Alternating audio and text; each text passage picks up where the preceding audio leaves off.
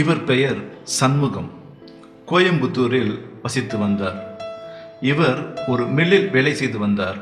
அப்போது ஒரு நாள் இரவு ஒரு விபத்து ஏற்பட்டது அவருக்கு. அதில் இவருடைய 2 கண் பார்வைகளையும் போய்விட்டது. குடும்பம் அவரை கைவிட்டுவிட்டது. நண்பர்களும் கவனிக்கவில்லை. ஒரே இடத்தில் இருந்து வலி தாங்க முடியாமல் தனக்குத்தானே பேசிக்கொண்டிருப்பார். இவர் எங்கே நம்மோடு இருந்தால் பேசிக்கொண்டுதானே இருப்பார் என்று நினைத்து இவரை ஒரு சாக்கில் கட்டி சுடுகாட்டில் கொண்டு போய் விட்டுவிட்டார்கள். சாக்கில் இருந்து என்னை காப்பாற்றுங்கள், என்னை காப்பாற்றுங்கள் என்று கத்தியிருக்கிறார்.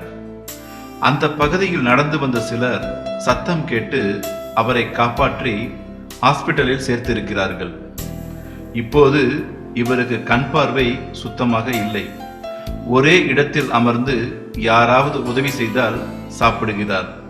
இதுபோன்ற நபர்களை பராமரிக்க போதுமான இடவசதி மற்றும் நிதி வசதி கிடைக்கும் பட்சத்தில் இவர்களையும் மனதுருக்கத்தின் கரங்கள் பராமரிக்க காத்திருக்கிறது.